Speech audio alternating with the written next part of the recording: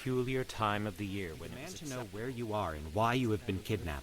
Well, The Bridge of Sighs. The guys who works here went psycho. That's what what it's about. about. I show you It's was being mine. scared. Turn it out.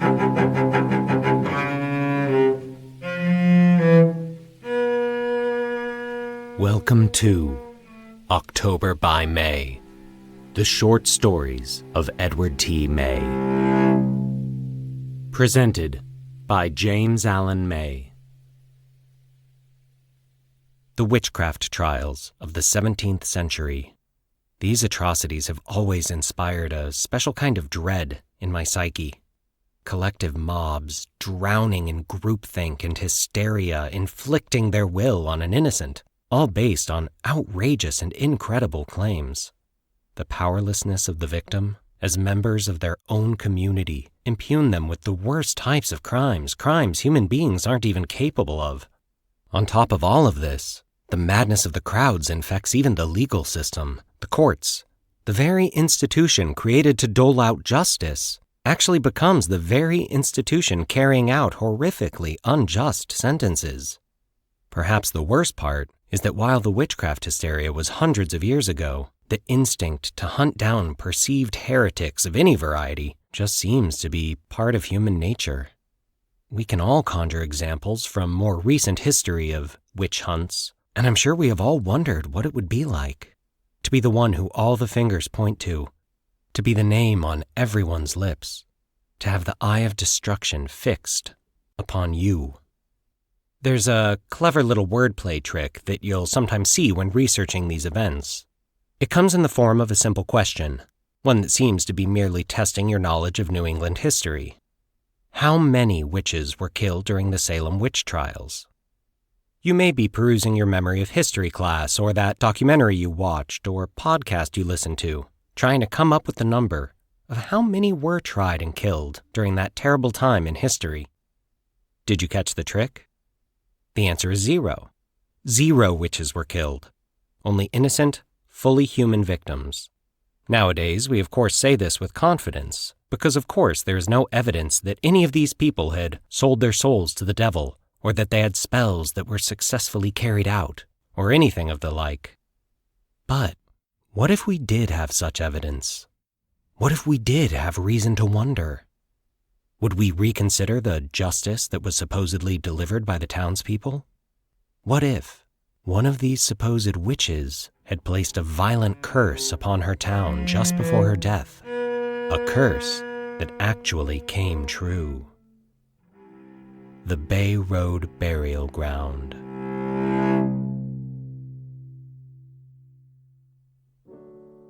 I first became interested in the story of Abigail Franklin in the summer following my graduation from the university. I had taken the summer off prior to seeking employment and traveled throughout New England collecting interesting tales from the little villages I passed through. Eventually, I hoped to compile the stories into a collection and have it published as Fables and Folklore of New England, or some such predictable title. It was during my stay in the hamlet of Southgate I became aware of the trial of Abigail Franklin, a little-known witchcraft trial overshadowed by its infamous counterpart in nearby Salem. The basic outline of the story, recited by the typical denizen of Southgate, had Abigail Franklin guilty of conjuring a severe drought. After she, unsuccessfully, extorted money from the village as a condition for ending the drought, she was then brought to trial. Found guilty, she was hanged and laid to rest outside the confines of Southgate Cemetery, known as the Bay Road Burial Ground. Before sentence was passed, Abigail cursed the citizenry with a collective death sentence. Less than a year had passed when a mysterious affliction spread through the town and killed 9 out of 10 citizens. The town was abandoned and rebuilt 10 miles distant, leaving only the Bay Road Burial Ground as mute testament to what had occurred. Experience had taught me the popular conception of a story and the facts behind the same tale were quite often two completely different animals. I had a feeling the story of Abigail Franklin would be no exception. I began my research at the Southgate Public Library. Buried among the antiquarian stacks, I discovered a transcript of the trial. Like the Salem witchcraft trials, an inordinate amount of testimony against the accused was in the form of spectral evidence. It seemed a trio of witnesses testified Abigail's spirit appeared to them in dreams and bragged about causing the drought, while Abigail's physical body was known to be elsewhere at the same time. By its very nature, spectral evidence, if given credence, was incredibly damaging for the accused because it was impossible to refute. Is it reasonable to expect someone to be able to prove they did not appear to another person in a dream? Further testimony from a certain Miles Hanover implied Abigail was possessed of knowledge concerning potions and elixirs.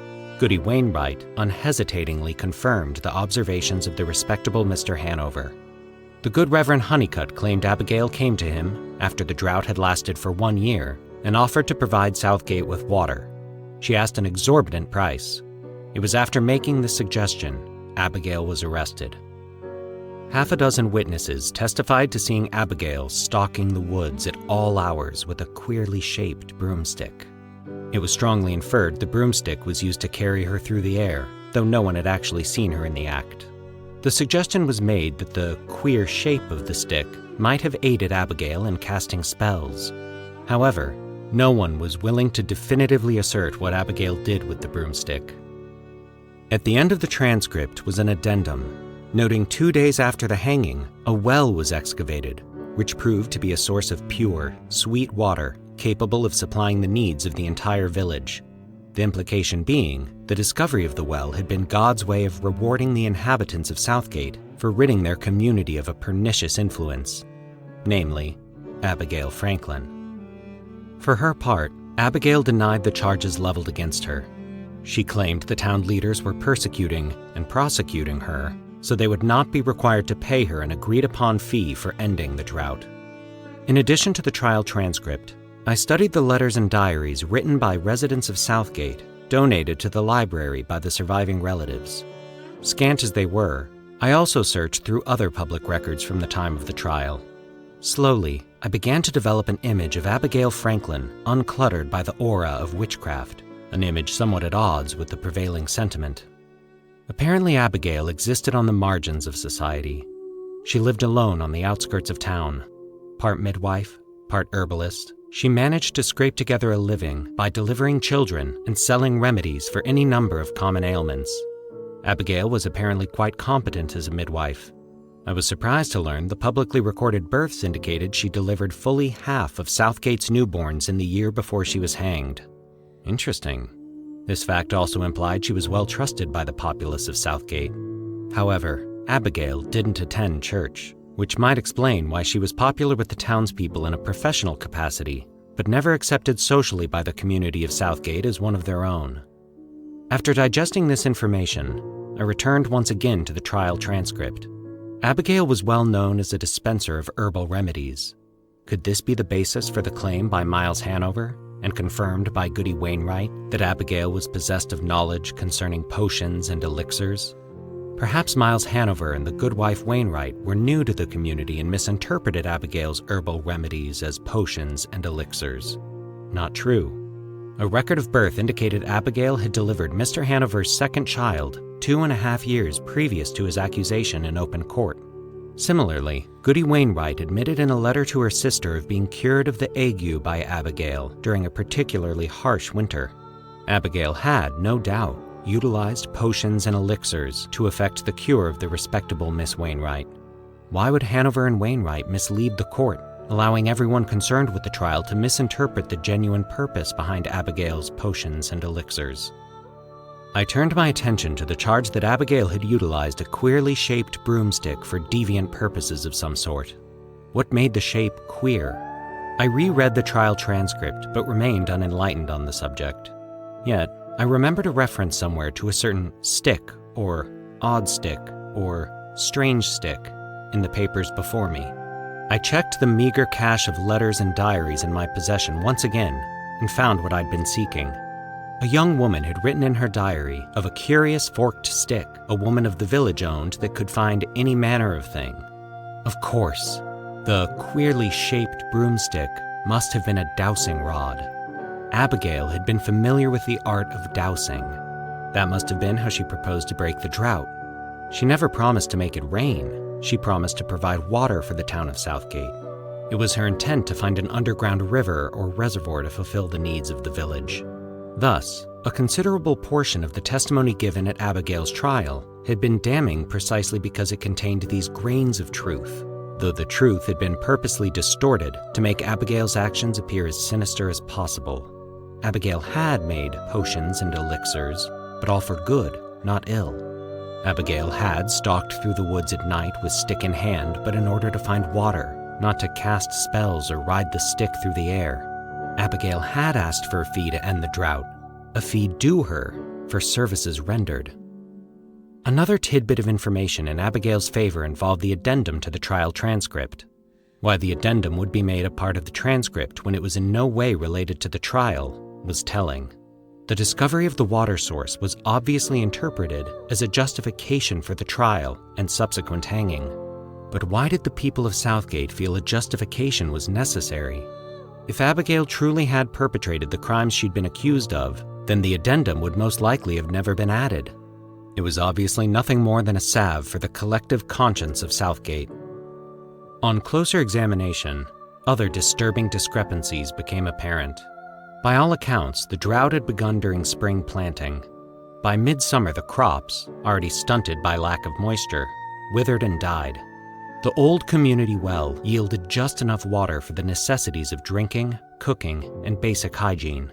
By autumn, the inhabitants were forced by these circumstances to begin consuming their surplus from the previous harvest. It would be a long, lean winter for Southgate. Why was Abigail not immediately arrested and brought to trial when it became evident she was the cause of the drought? Why wait until she had asked for money to end the drought? A letter from Josiah Effington to his cousin in New York cemented my suspicions. Josiah had written, "The new well is a godsend. No longer must we rely on the inconstant rains to slake the thirsty crops. It be an onerous task to transport the water to the crops. Withal, we are used to hard work." Josiah's letter had been written a full 2 weeks before the start of Abigail's trial, while the addendum to the trial transcript stated the well had been excavated 2 days after Abigail's hanging. I couldn't prove anything, but it seemed the good people of Southgate had entered into an agreement with Abigail Franklin to end the drought and then refused to pay her when she held up her end of the bargain. When Abigail insisted on payment, the inhabitants knowingly made false accusations against Abigail, held a trial, and then proceeded to hang her, knowing full well she was completely innocent of witchcraft. I was appalled by the demonstration of greed and blatant disregard for human life evinced by the citizens of Southgate. I wrote a story laying bare the facts concerning the trial and the prior events. I omitted the portion of the tale dealing with Abigail's collective curse upon the citizenry of Southgate and its apparent fulfillment. The people of Southgate probably died of an epidemic of some type. Unfortunate, but coincidental nonetheless.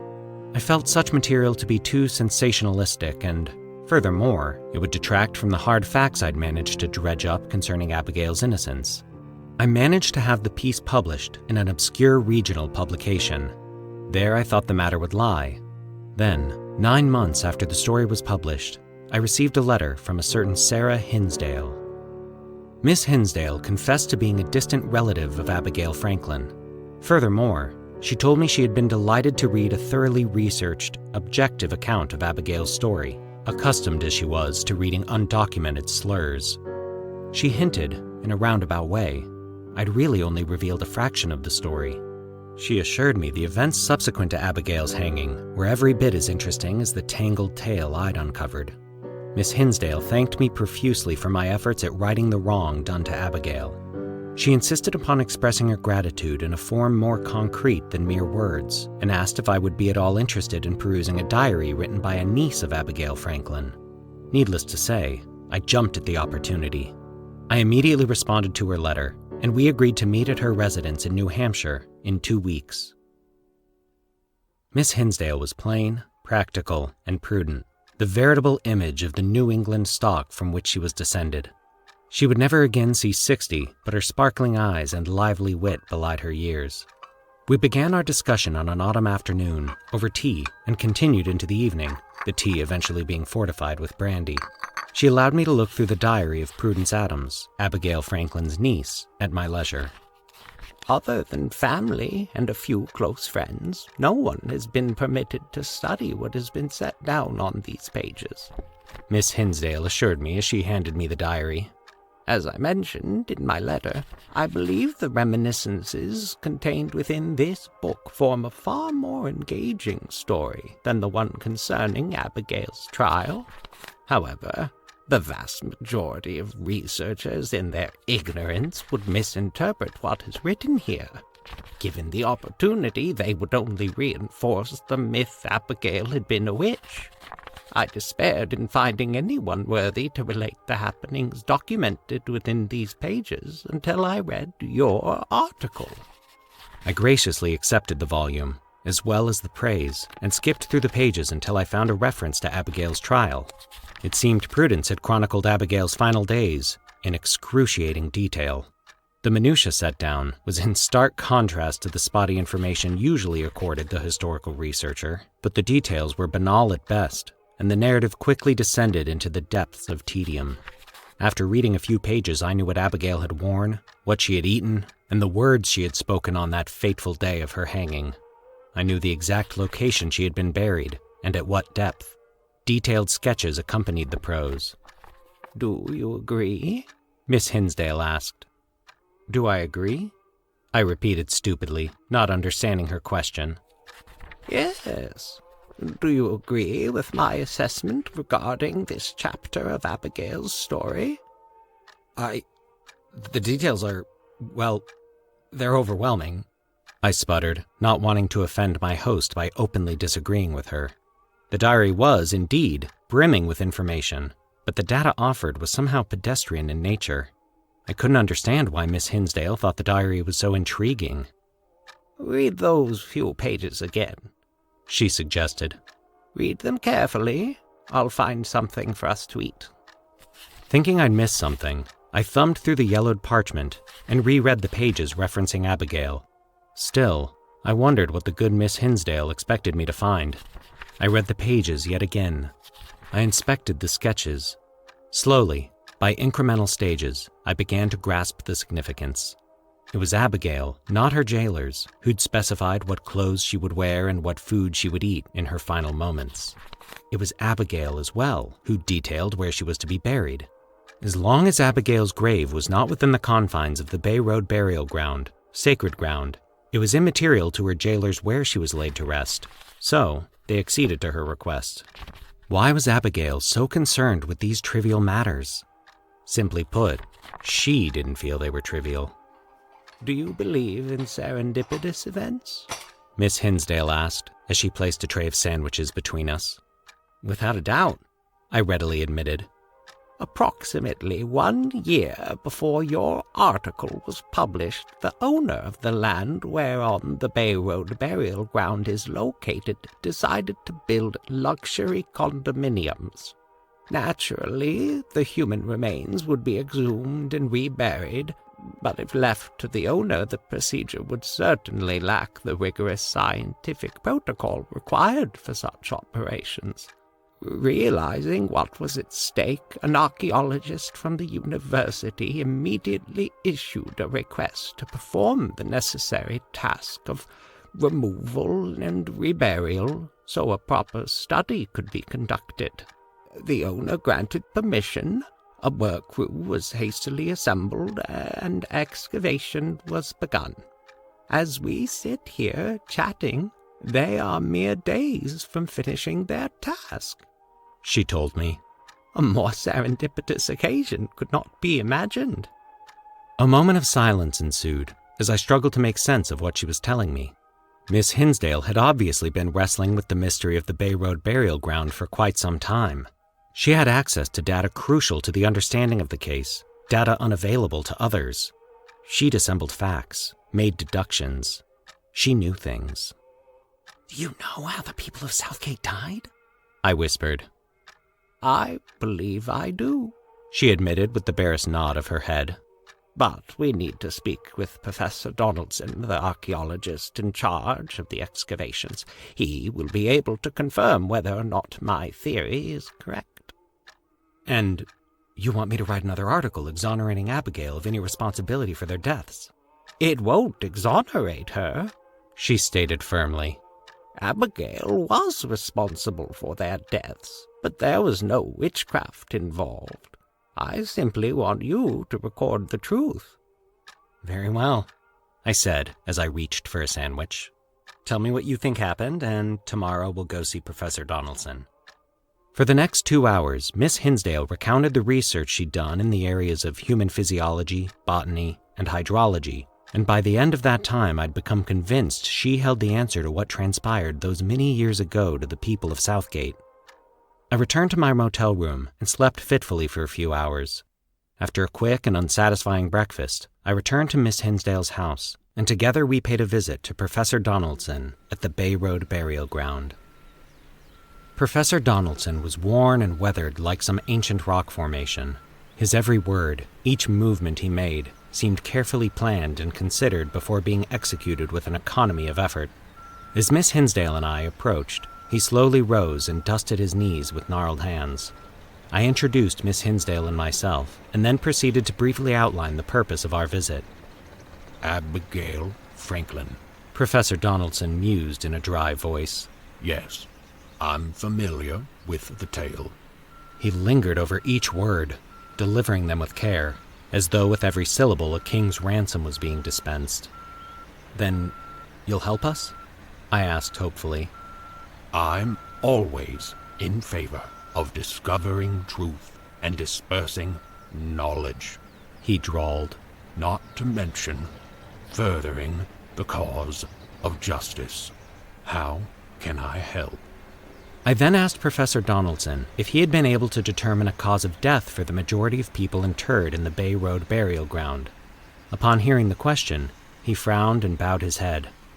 Yes, I was able to come to a fairly reliable conclusion concerning the cause of death for many of these individuals, he said thoughtfully. Despite the deterioration of the coffins and the bodies, there are still certain indicators, certain clues that can reveal a great deal about how a person has died. Miss Hinsdale then proposed a specific cause of death and confidently predicted 90% of the corpses buried in the cemetery would fall into that particular category.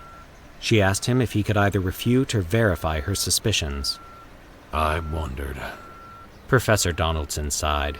As plot after plot was uncovered and we examined the human remains within, I wondered. I hoped I was mistaken. I looked for other possibilities. It was all so incredible, so hard to believe. You're right, but how did you suspect? Abigail was a competent midwife, and thus quite knowledgeable about the physiology of the human body, I informed him. She was also a skilled herbalist and possessed a wealth of knowledge concerning a wide variety of plants. Additionally, she engaged in the art of dowsing. I don't know how you feel about dowsing, Professor Donaldson. Many people consider dowsing unscientific and completely without merit, but it's a fact. Abigail somehow managed to find water sources with a remarkable degree of consistency. She utilized this triumvirate of specialized lore to gain her revenge on those who had wronged her. The night before she was to be hanged, Abigail requested a special dish made from a plant closely related to the hemlock. Her niece Prudence prepared it for her. Abigail was intimately familiar with the properties of this particular plant. She knew precisely how it would interact with the human body. I hesitated before continuing my explanation. The next part was of a somewhat delicate nature, especially when one considered the fact there was a lady present, and I tried to choose my words carefully. Abigail also had Prudence assemble a type of undergarment.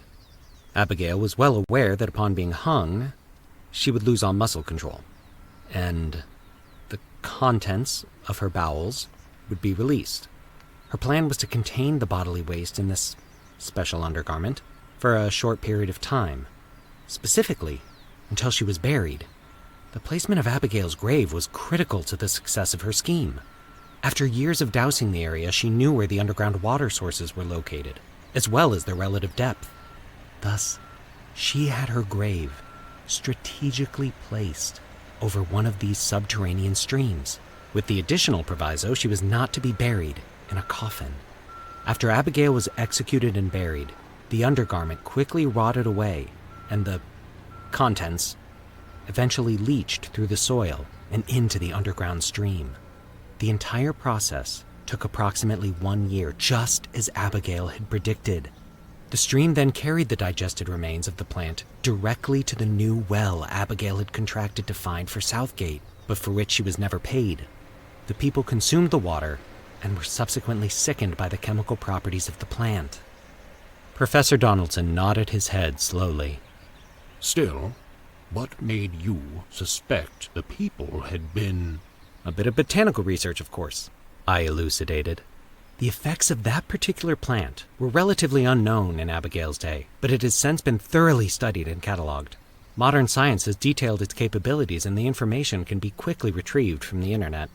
Coupled with that information was Abigail's final statement before the court. As she addressed the people of Southgate, she never claimed she would be responsible for their deaths before a year had passed. She stated the people of Southgate would wish for death before a year had passed. Her message carried a subtle but important distinction. Yes, I'm quite sure as they recovered from the toxins of the plant, the effects of which are only temporary, then revived inside their coffins and found they had been buried alive. The people of Southgate wished for nothing more. Professor Donaldson observed sadly. What will unfold? A mass grave wasteland, promise foretold, a fatal plan. Heed what's been sold, a town in ruin, greed over gold, the worst proven.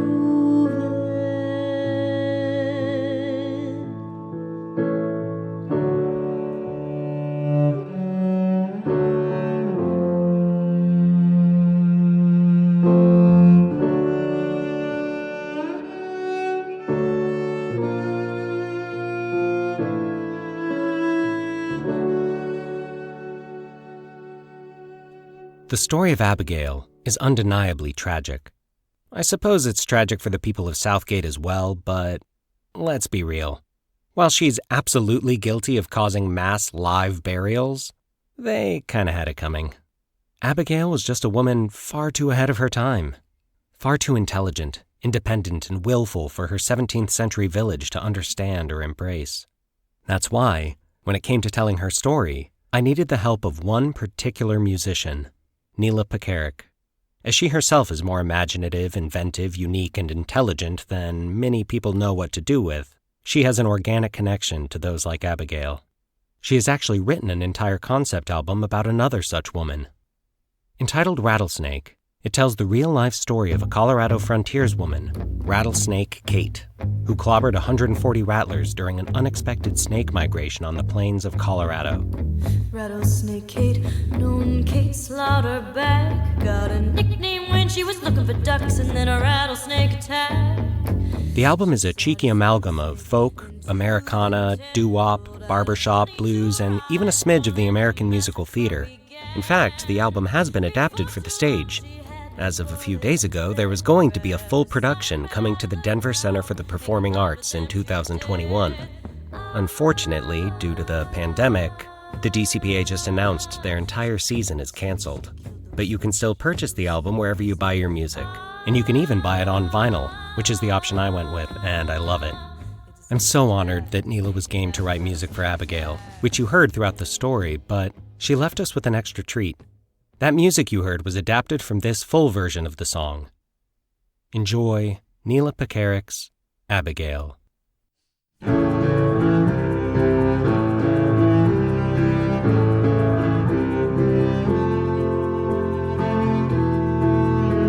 New life to behold, ailments unplanned, a remedy she knows, our fate in her hands, drier than bones, parched is our land, a promise of gold for a solution. See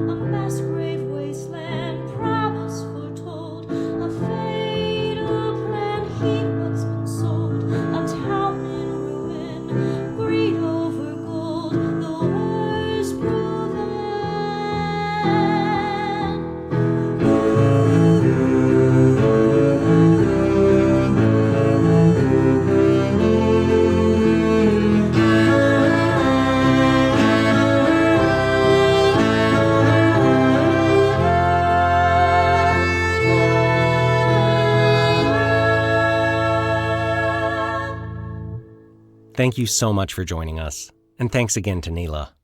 Before I go, I'd like to ask you a favor. Think of one person you know who would enjoy this episode, or perhaps a previous episode, and share it with them. The podcast has been steadily growing since launch, but I need your help to give it an extra push to the next level. Thanks in advance, and I look forward to having you back in 2 weeks. Once again, I'm James Allen May, and I want to thank you so much for tuning in to this episode of October by May. October by May is a bi-weekly podcast with new episodes every other Tuesday, so make sure you subscribe so you don't miss a single sojourn into October. Please leave us a rating and review, as well as any comments or replies that you may have for us. Also visit us at octoberbymay.com for more info, as well as links to the books by Edward T. May. The Bay Road Burial Ground by Edward T. May.